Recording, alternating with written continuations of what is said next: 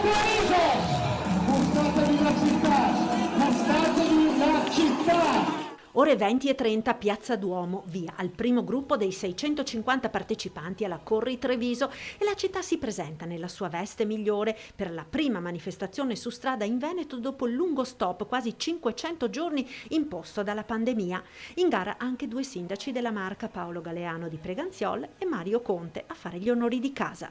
Bellissimo ripartire attraverso lo sport, attraverso questi eventi che coinvolgono i cittadini, tanti atleti, una città meravigliosa, una squadra di organizzatori, volontari, la polizia locale, protezione civile, straordinaria, è stato davvero emozionante, come se fosse la prima volta, anche perché se pensiamo a quello che abbiamo passato, al distanziamento sociale, oggi ritrovarsi qui a fare sport, a divertirsi, a stare insieme è qualcosa di davvero eccezionale. C'è un'atmosfera fantastica.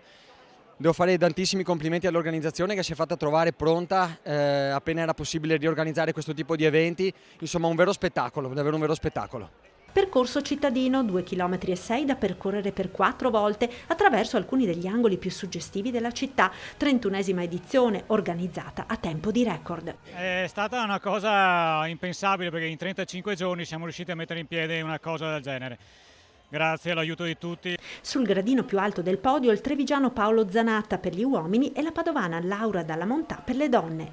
Questo è quello che è il segnale di ripresa e la voglia di vincere per la terza volta e fare il triplet era tantissima.